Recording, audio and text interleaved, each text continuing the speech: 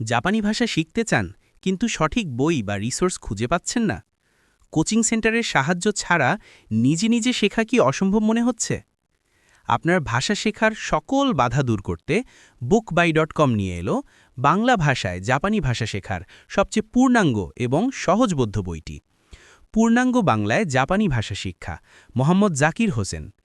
এটি শুধু একটি বই নয়, এটি আপনার জাপানি ভাষা শেখার স্বপ্ন পূরণের প্রথম এবং সবচেয়ে নির্ভরযোগ্য ধাপ। কেন এই বইটি আপনার সংগ্রহে থাকা আবশ্যক?